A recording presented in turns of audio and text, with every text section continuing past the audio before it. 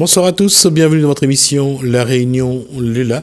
On va parler d'une structure qui fait beaucoup de travail, mais qui est peu connue sur la place. On en parle dans Causement Réunionnais.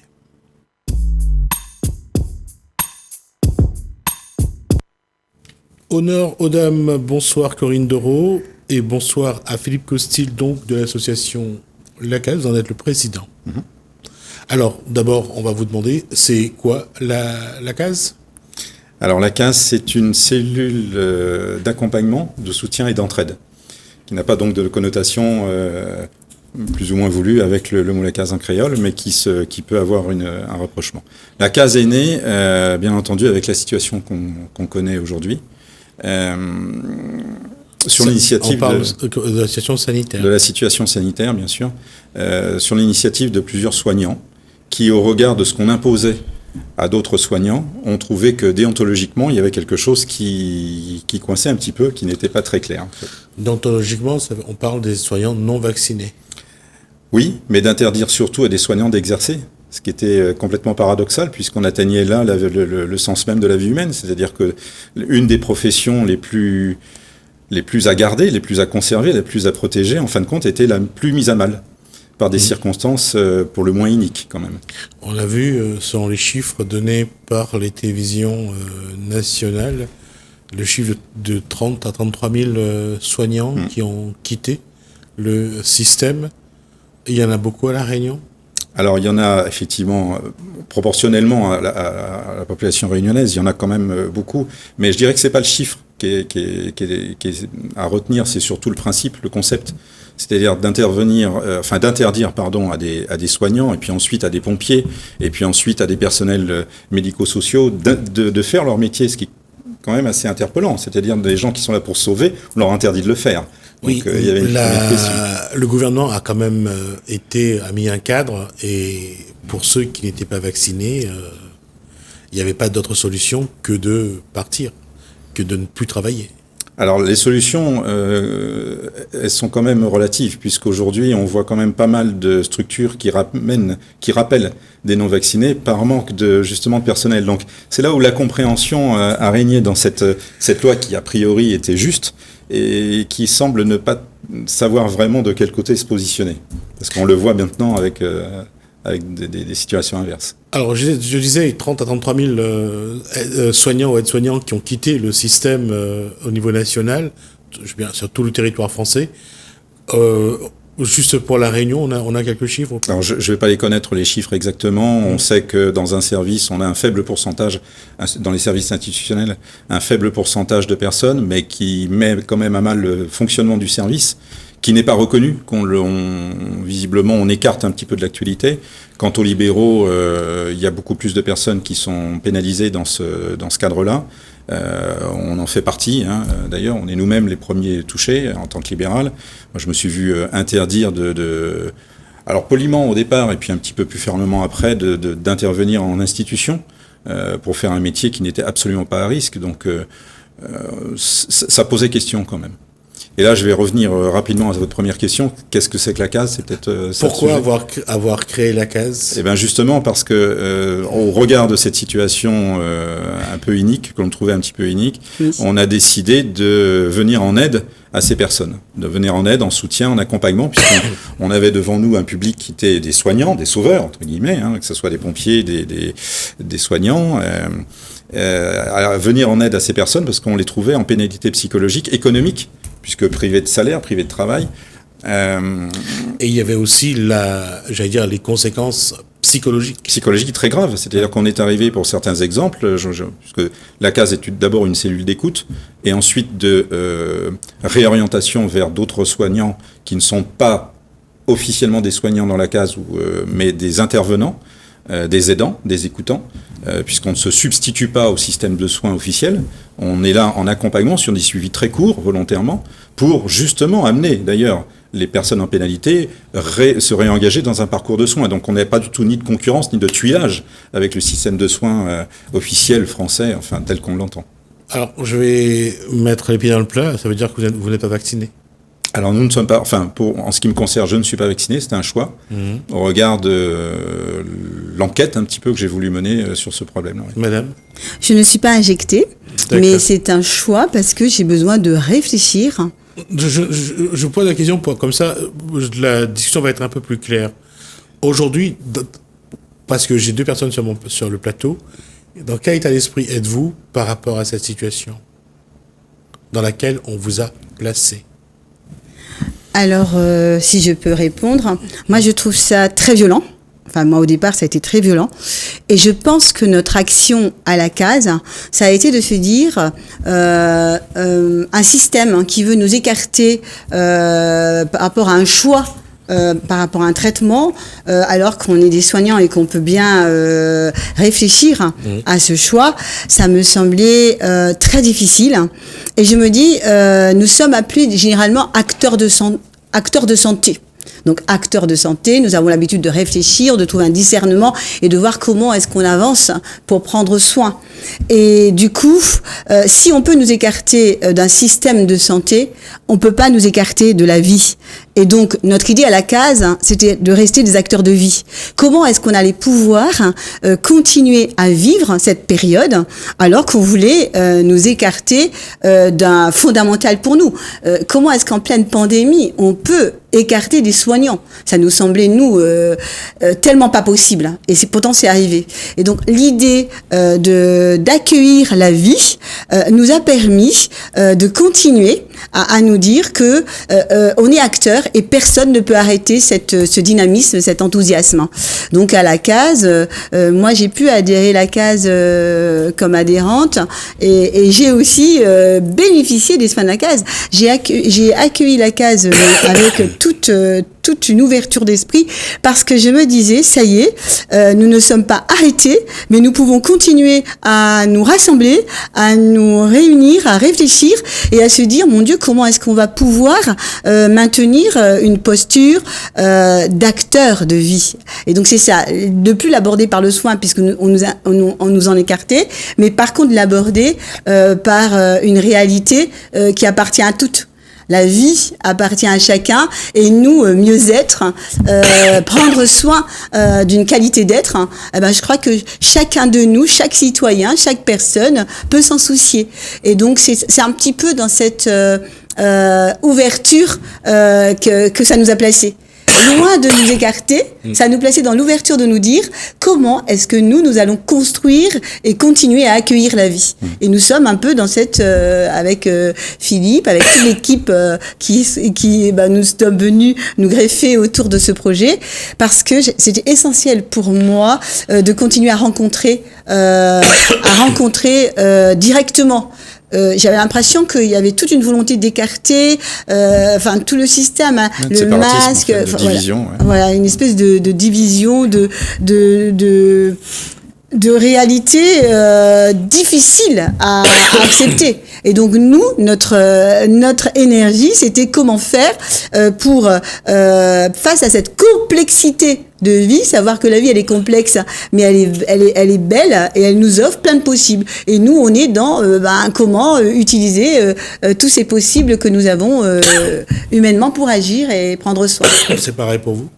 Alors c'est pareil, je vais rebondir effectivement sur ce que dit Corinne, à savoir qu'au-delà du discours vax ou non vax, puisque je vous rassure tout de suite et je rassure tout le monde, la case accueille aussi bien des personnes vaccinées que des personnes non vaccinées. Le problème n'est pas de savoir si les personnes ont eu raison ou tort, voulu ou pas se faire vacciner. La case est une cellule qui, au regard de nos professions, nous sommes des thérapeutes de métier, qui a voulu aider des personnes qu'on l'on trouvait, dont on constatait la peine et la descente, qui était pour certains vertigineuse. On a eu des appels, des alertes quand même très graves, c'est-à-dire de menaces de passage à l'acte, de fait de la situation. Alors, sur le passage à l'acte, est-ce qu'il y a eu vraiment des moments où vous avez eu du mal à les empêcher, à les contenir? Alors on ne peut pas empêcher quelqu'un qui a effectivement envie de passer à l'acte. Enfin, tous les soignants vous le diront. Et en général, la personne qui est déterminée ne va pas vous en avertir comme ça indéfiniment. Elle le fait de façon cachée. Mais notre rôle ne se situe pas là. Notre rôle est d'écouter ces personnes qui, en général, bien entendu, ne le font pas. Le discours que, heureusement, rarement nous avons eu, c'est « il ne me reste plus rien, j'ai perdu mon travail, je vais perdre mon appartement, j'ai plus de salaire, je ne sais plus comment je vais payer, et là ce sont des exemples réels que je vous cite, les études de mon fils qui est en métropole, je suis femme seule, qu'est-ce qui me reste dans la vie ? Excusez-moi, je vais vous dire la parole comme il me reste à me foutre en l'air. Alors au regard de cette parole-là qui est quand même très grave et qui alerte, en tant que soignant, et puis parce que nous sommes dans la bienveillance en tant que thérapeute, on ne peut pas rester insensible. Donc ça a été le déclencheur qui nous a dit, il y a quelque chose. C'est-à-dire que quelle que soit encore une fois la situation sanitaire, et j'y reviens parce que c'est quand même le nœud du problème, vacciné ou non vacciné, des lois, des décrets complètement iniques ont décidé de séparer l'humanité en deux, les bons et les mauvais. Sur quelle base ? C'est quand même été la première alerte qu'on s'est posée en tant qu'être humain. Qu'est-ce qui permet à un gouvernement de dire que ces gens-là doivent disparaître et ceux-là doivent au contraire être presque déifiés ? Et dans un comportement et dans un raisonnement purement humaniste, c'est simplement inconcevable. L'histoire nous a montré, et malheureusement encore relativement récemment, dans les dernières décennies, que ça pouvait avoir des extrêmes particulièrement délétères. Et ce n'est pas le sens même de la vie, et je rebondis sur ce que disait Corinne à l'instant, ce n'est pas le sens de la vie que de dire, écoutez, les bleus foncés on les tue et les bleus clairs on les garde. Sur quelle base ? Quelle est la raison de cette décision-là ? Donc bien évidemment, avec la bienveillance qui nous habite, on a décidé que ce n'était pas juste et qu'il fallait aider les personnes qui étaient mises au banc de la société. Et j'ai envie de rajouter une notion, moi, que j'avais beaucoup envie, en tant qu'écoutante, de développer, c'est cette notion de la responsabilité de chacun dans cette situation. Et j'aime beaucoup travailler sur cette réalité responsable. Si on prend le terme de responsabilité, il y a deux mots dans ce mot. Il y a réponse et habilité. Et ce que nous aimons, nous, quand nous accueillons les personnes, c'est vraiment travailler autour de ce sens. Comment est-ce qu'on est capable de développer une habilité pour trouver des réponses adaptées à ce qu'on nous fait. Dans ce contexte donné, il fallait tout de suite réfléchir pour rester dans cette responsabilité que j'ai à me maintenir en vie, à me maintenir actrice, à me maintenir, donneuse de vie. Voilà, moi, mon travail, c'est de donner la vie. Et donc, en fait, comment est-ce que j'allais pouvoir continuer ? Et cette notion de responsabilité, elle est tout le temps à travailler avec chacun. Parce que c'est simple, on peut lever toute pression. C'est simplement penser ensemble comment trouver des réponses pour être capable, donc avoir l'habilité de pouvoir accueillir le contexte quel qu'il soit. Et là, je trouve qu'effectivement, comme dit Philippe, écouter les personnes, se centrer sur écouter, ça permet aux personnes d'exprimer, et nous, on arrive à dans cette écoute pas à pas, à faire pointer les ressources, ressortir toutes les ressources qu'on a encore. Parce qu'à un moment donné, quand on est complètement accablé par une grosse pression, le moment d'accablement fait comme si on a l'impression que j'ai plus rien à faire. Et puis dès qu'on peut communiquer objectivement, parce que c'est ça, communiquer objectivement, dans l'écoute, ce qu'on fait, c'est qu'on écoute les émotions. Parce que c'est important, si on veut pouvoir permettre aux gens de réfléchir, d'abord d'écouter les émotions. Donc, on écoute tout ce qu'ils ont à dire de ce qu'ils ressentent. Et quand ils parlent de ce qu'ils ressentent, ils font souvent émerger des petites choses qui nous permettent de rebondir dessus. Et en se centrant pas à pas avec les gens, on arrive à réfléchir et à de nouveau rendre les gens dans quelque chose de possible. Je suis responsable et j'avance. Parcours de vie. Parcours de vie. Là, comment vous arrivez à changer leur état d'esprit, à essayer de leur proposer de nouvelles perspectives? En les remontant, alors là je vais m'expliquer, mais de façon synthétique, en tentant de les remettre dans leur parcours de vie ou dans leur parcours de soins. Ça commence effectivement par l'écoute. Et là j'en viens de façon pratico-pratique au fonctionnement de la CASE, qui est d'abord une plateforme téléphonique d'écoute, qui, comme je vous le disais, réoriente ensuite les personnes au regard de la pénalité et de leur souffrance, quand elles sont identifiées, vers des intervenants du bien-être, des acteurs du bien-être, qui vont permettre énergétiquement, psychologiquement, on en use un petit peu aussi, mais nous ne sommes pas des psychologues en cabinet établis comme ça se pratique, humainement également. Juste parenthèse, vous les orientez vers les psychologues? Ah oui, c'est ce que je vous disais tout à l'heure, à savoir que au-delà de notre premier travail qui est de l'écoute et la réorientation vers des thérapeutes que nous sommes au sein de la CASE, puisque la totalité quasiment des personnes de la CASE, adhérentes pour l'instant, sont des thérapeutes établis ou parfois sortis du système de soins, mais qui ont d'autres possibilités d'exercer. On réoriente donc les personnes en pénalité vers ces soignants ou ces intervenants, parce qu'il y a une différence à faire quand même. Au sein de la case, nous sommes des intervenants, des accompagnants, pour leur permettre d'essayer d'aller mieux psychologiquement, mais mieux aussi dans leur corps. Tout est lié. Le corps et l'âme, le corps et l'esprit ne sont pas différenciés, on le sait très bien maintenant. Et donc, on essaye de les remettre un petit peu en selle, si vous voulez, pour vulgariser un peu le principe, pour leur permettre de reprendre leur parcours de vie ou leur parcours de soins. Et bien entendu, au-delà de ces suivis très courts que l'on propose, si on voit que la personne a un besoin médical, on va dire, ou un petit peu plus appuyé, on réoriente soit vers les soignants que nous sommes établis, même si nous sommes adhérents de la case, pour certains ont leur cabinet, ou d'autres soignants. On travaille en parfaite pluridisciplinarité et cohérence. Il n'y a pas du tout de séparatisme, là, du coup, de notre part, entre le système de soins académique, on va dire, et l'accompagnement que nous avons. Au contraire, c'est complémentaire. Parce que je pense objectivement que des personnes installées dans leur cabinet n'ont pas peut-être toujours le temps d'écouter. Nous le prenons, et bénévolement, gratuitement. Si nous proposons des séances à moindre coût quand c'est nécessaire, parce qu'il y a de la dépense de matière, par exemple, de matière d'œuvre, dans certaines thérapies, ce sont vraiment, c'est très minime. Et nous réorientons possiblement vers des soignants établis. Et comme nous cherchons, pour ajouter, à ne pas faire concurrence au système de soignants classique, nous recherchons comment, par une écoute solidaire, une écoute centrée sur la personne. Nous travaillons sur la personne et ses besoins.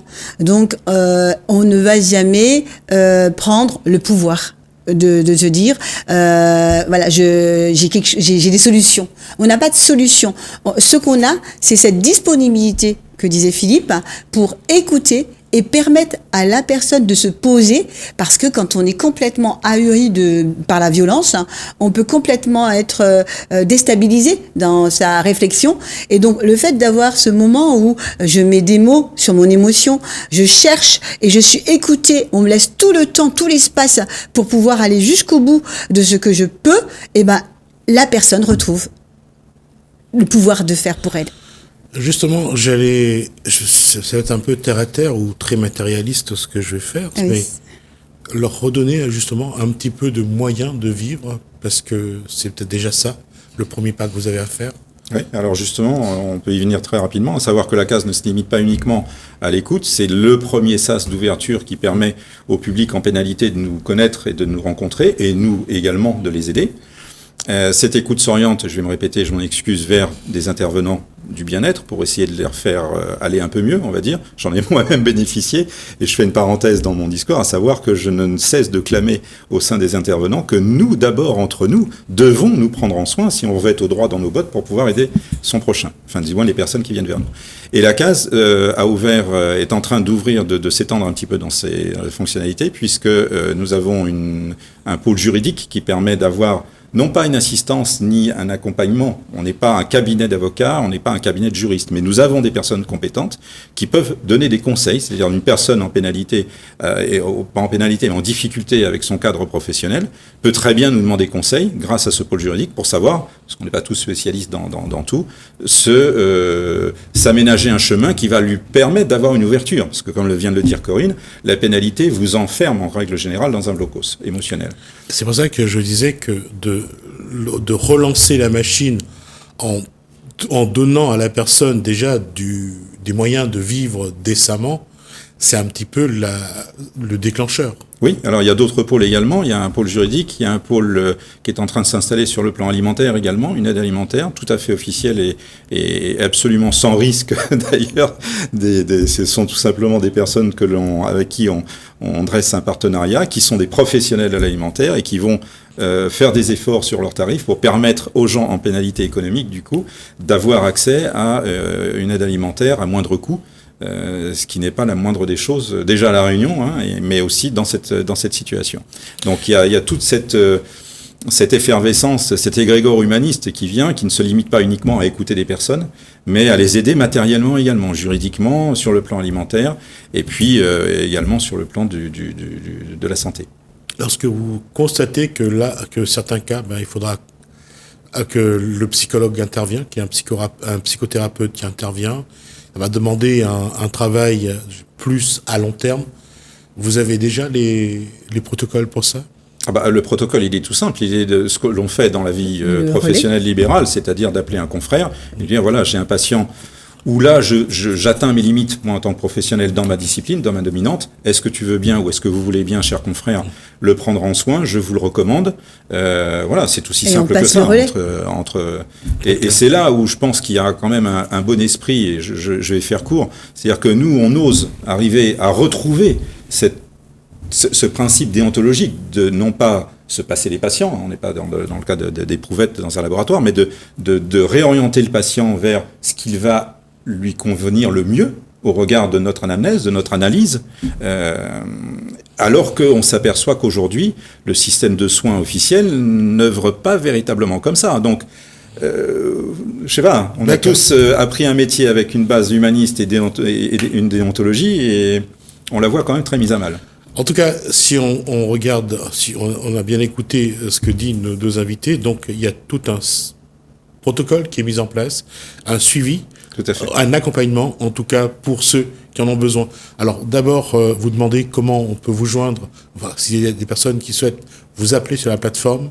Alors nous avons un site, alors je suis le plus mauvais élève parce que je vais même pas me rappeler du numéro de téléphone, mais j'ai une plaquette là, je peux très bien vous la montrer, mais on a un site qui s'appelle lacas.re sur lequel vous avez effectivement accès, et je pense que c'est la meilleure entrée plutôt que de donner un numéro de téléphone froidement, parce qu'un numéro de téléphone, on s'est aperçu, et là excusez-moi je fais une autre parenthèse, que les personnes en pénalité, au regard de ce qu'on vient de se dire tout à l'heure, ne font pas l'effort et n'ont pas forcément l'engagement d'aller appeler. C'est un problème récurrent dans la pénalité psychologique. Il faut comprendre qu'une personne qui est habituée à avoir un certain train de vie, se retrouvant pratiquement SDF, aura du mal, enfin je force le trait, à appeler quelqu'un. Donc, allez sur ce site, lacas.re, qui vous permettra de voir toute l'ampleur de la case, qui vous donnera le numéro de téléphone, qui donnera aux personnes en besoin le numéro de téléphone, qui leur montrera également toutes les disciplines, toutes les dominantes que l'on offre, qui montrera aussi, et j'y tiens particulièrement, cet aspect humaniste. Les premiers fonds d'écran du site le montrent, c'est-à-dire une collaboration humaine, une chaîne humaine qui se retrouve, qui se relie, et non pas qui se divise, comme se plaît à le faire le gouvernement aujourd'hui.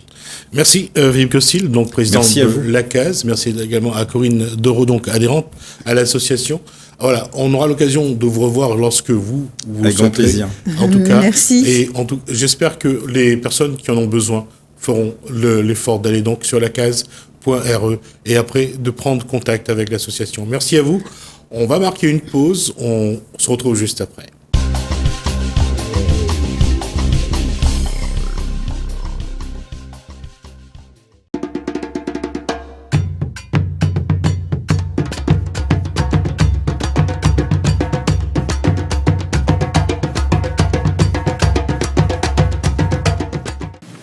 Cet ouvrage, pour vous, d'abord, l'essentiel? Bien, c'est un ouvrage en hommage à Sudelfuma.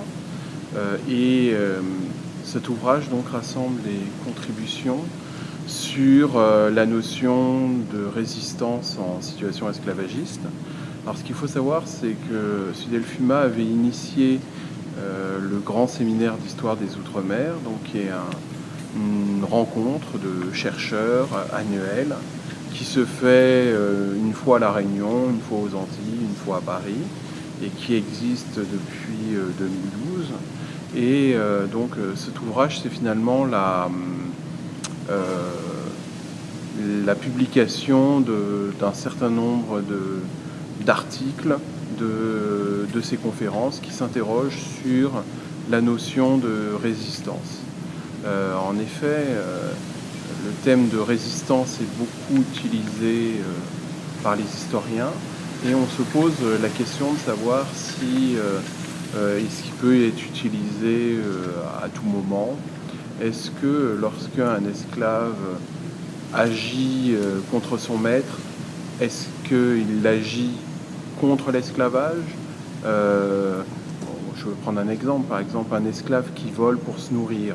Est-ce qu'on peut considérer cela comme une résistance politique à l'esclavage ou comme un acte de survie? Et c'est d'ailleurs pour cette raison que l'ouvrage s'appelle « Acte de résistance », parce qu'il semble qu'on est plus dans des notions concrètes d'opposition que dans la conception d'une résistance consciente à l'esclavage. Si on regarde l'histoire de l'esclavage, on voit qu'au départ, c'est juste un rapport de force. Comment on explique que, en termes de sociologie, que ce rapport de force est devenu un élément économique? Alors, la plupart des sociétés humaines reposent sur le rapport de force et sur l'exploitation des plus faibles par les plus puissants. La particularité de l'esclavage, c'est de s'intégrer dans une communauté, dans une économie beaucoup plus large. Ça, c'est un facteur que l'on voit très souvent dans toutes les sociétés esclavagistes, que ce soit l'Empire romain, le monde arabo-musulman. C'est toujours de cette manière que cela se fait. C'est-à-dire que ce sont des esclaves qui viennent d'horizons extérieurs, lointains. Donc ce sont ces personnes-là qui sont réduites en esclavage. Et effectivement, ce qui est utilisé pour les réduire en esclavage, c'est le fait de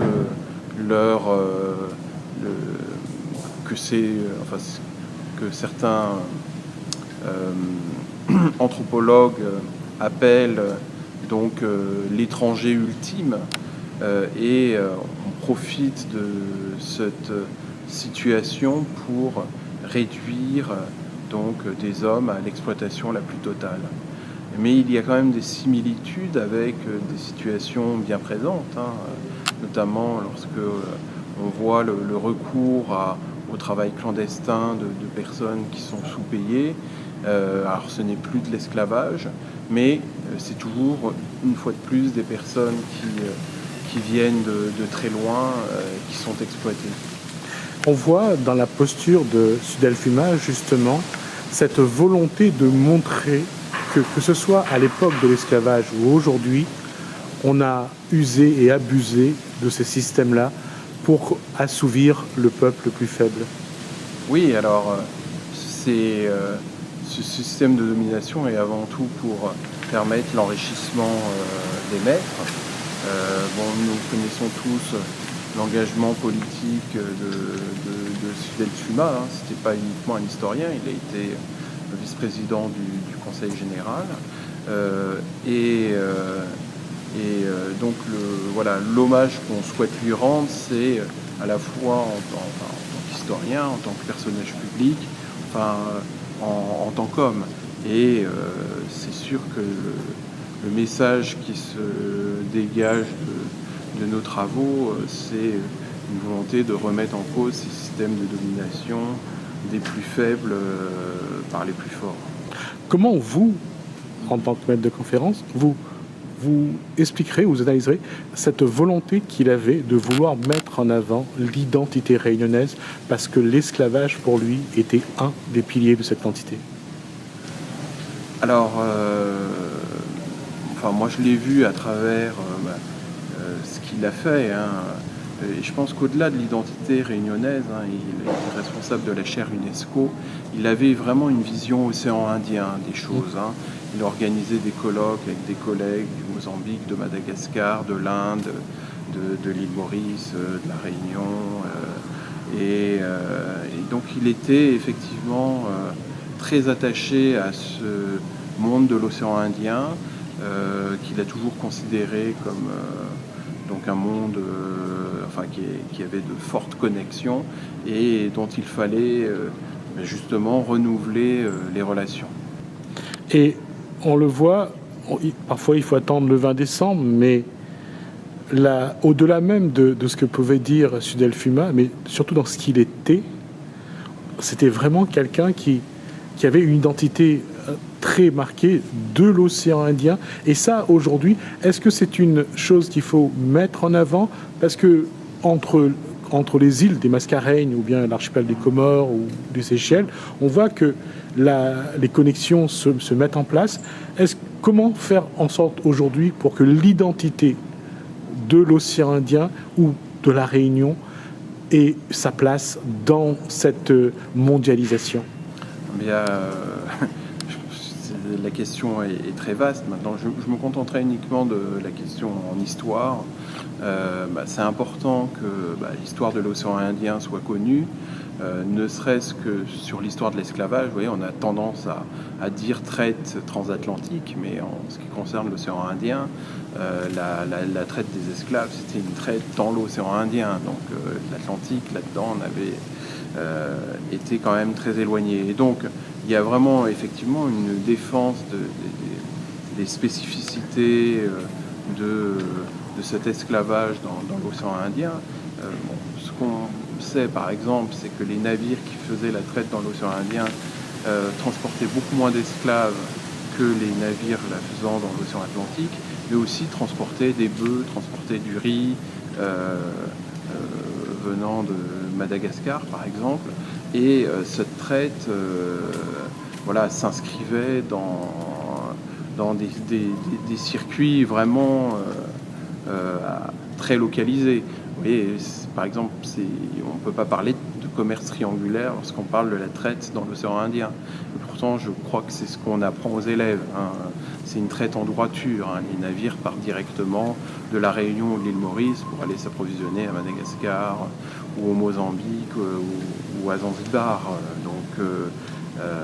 Donc voilà, il y a une responsabilité des chercheurs, des universitaires pour faire avancer